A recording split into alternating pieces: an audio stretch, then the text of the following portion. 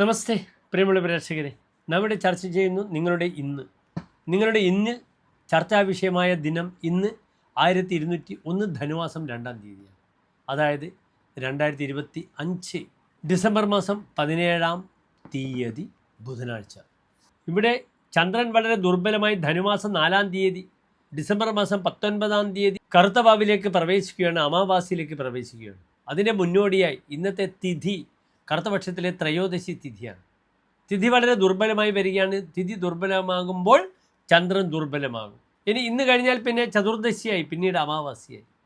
ഇന്നത്തെ ദിനം പ്രിയമുള്ള പ്രേക്ഷകരെ, തൃശ്ശൂർ സൂര്യോദയം കാലത്ത് 6:39, അസ്തമയം വൈകിട്ട് 6:02.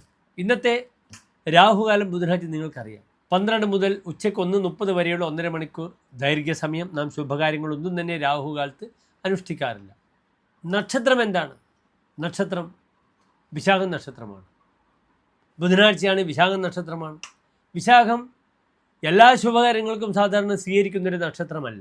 ഒരു ചോറൂണിനോ വിവാഹത്തിനോ അല്ലെങ്കിൽ യാത്രയ്ക്കോ ശുഭാരംഭങ്ങൾക്കോ വിശാഖം നക്ഷത്രം എവിടെയും ആചാര്യൻ സൂചിപ്പിച്ച് കാണുന്നില്ല. വിശാഖ നക്ഷത്രത്തിൻ്റെ അധിപനാഗ്രഹം വ്യാഴമാണ്. അതിനാൽ വൈഷ്ണവ സംബന്ധമായ ക്രിയകൾക്ക്, ഇത് പ്രാർത്ഥനയായാലും വഴിപാടുകളായാലും ശ്രീകൃഷ്ണ വിഷ്ണു ക്ഷേത്രത്തിൽ ചെയ്യുന്നത് വളരെ ഉത്തമമായിരിക്കും. ഇന്നത്തെ ദിനം ബുധനാഴ്ച ചെറിയൊരു ബുദ്ധിമുട്ട് എന്താണെന്ന് ചോദിച്ചാൽ, നാൽക്കാലികളും ഗർഭിണികളും സഞ്ചരിക്കാൻ പാടില്ലാത്ത ദിനമാണ് ബുധനാഴ്ച. അപ്രകാരം സ്ത്രീകളും ബുധനാഴ്ച അത്ര സഞ്ചരിക്കുന്ന അത്ര ശുഭമല്ല. ഭർത്തഗൃഹത്തിലേക്ക് പോകുന്നതൊക്കെ തന്നെ ക്ലേശങ്ങൾ ഉണ്ടാക്കും. അതേ രീതിയിൽ തന്നെ വെള്ളിയാഴ്ചയും അങ്ങനെയാണ്. ഗർഭിണികളും നാൽക്കാലികളും സ്ത്രീകളും സഞ്ചരിക്കാൻ യോഗ്യമല്ലാത്തൊരു ദിനമാണ് ബുധനാഴ്ചയും വെള്ളിയാഴ്ചയും. ഇന്നത്തെ ദിനം ഞാൻ സൂചിപ്പിച്ചു. നാരായണ കവചമോ വിഷ്ണു സഹസ്രനാമമോ അല്ലെങ്കിൽ കൃഷ്ണനും ശ്രീരാമസ്വാമിയുമായി ബന്ധപ്പെടുന്ന എന്ത് പ്രാർത്ഥനകൾക്കും വളരെ നല്ല ദിവസമാണ്. തുളസിമാല വാൽപ്പായസം നാളെ ചെയ്യാം.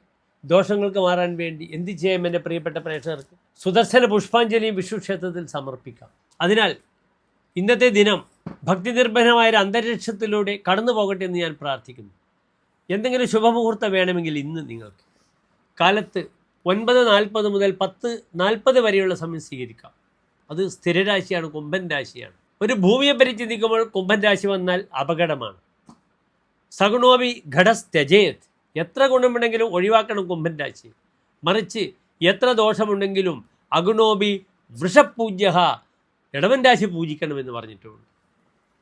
അതിനാൽ മേൽപ്പറഞ്ഞ ചെറിയ ചെറിയ പ്രാർത്ഥനകളൊക്കെ ചെയ്ത് ദോഷങ്ങൾക്കൊക്കെ പരിഹാരം കാണുക. എല്ലാ പ്രിയപ്പെട്ട പ്രേക്ഷകർക്കും നല്ലൊരു ശോഭനമായ ഇന്ന് ഉണ്ടാകട്ടെ എന്ന് പ്രാർത്ഥിക്കുന്നു.